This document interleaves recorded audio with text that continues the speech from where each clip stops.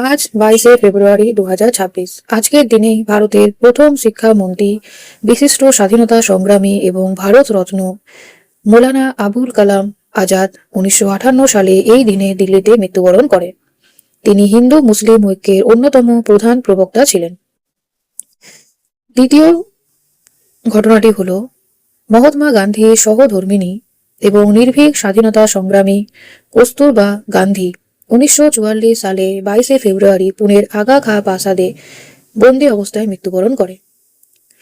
দিনটি ভারতের অনেক জায়গায় মা দিবস হিসাবেও স্মরণ করা হয়।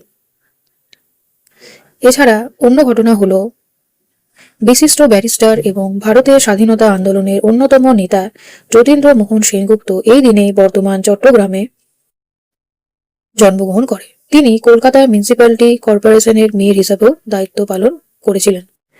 দ্বিতীয় ঘটনাটি হল প্রখ্যাত সমাজ সংস্কারক, শিক্ষাবিদ ও সাহিত্যিক ভূদেব মুখোপাধ্যায় এই দিনেই জন্মগ্রহণ করেছিলেন। 19 শতকের বাঙালি সমাজ ও শিক্ষায় তার গভীর প্রভাব ছিল।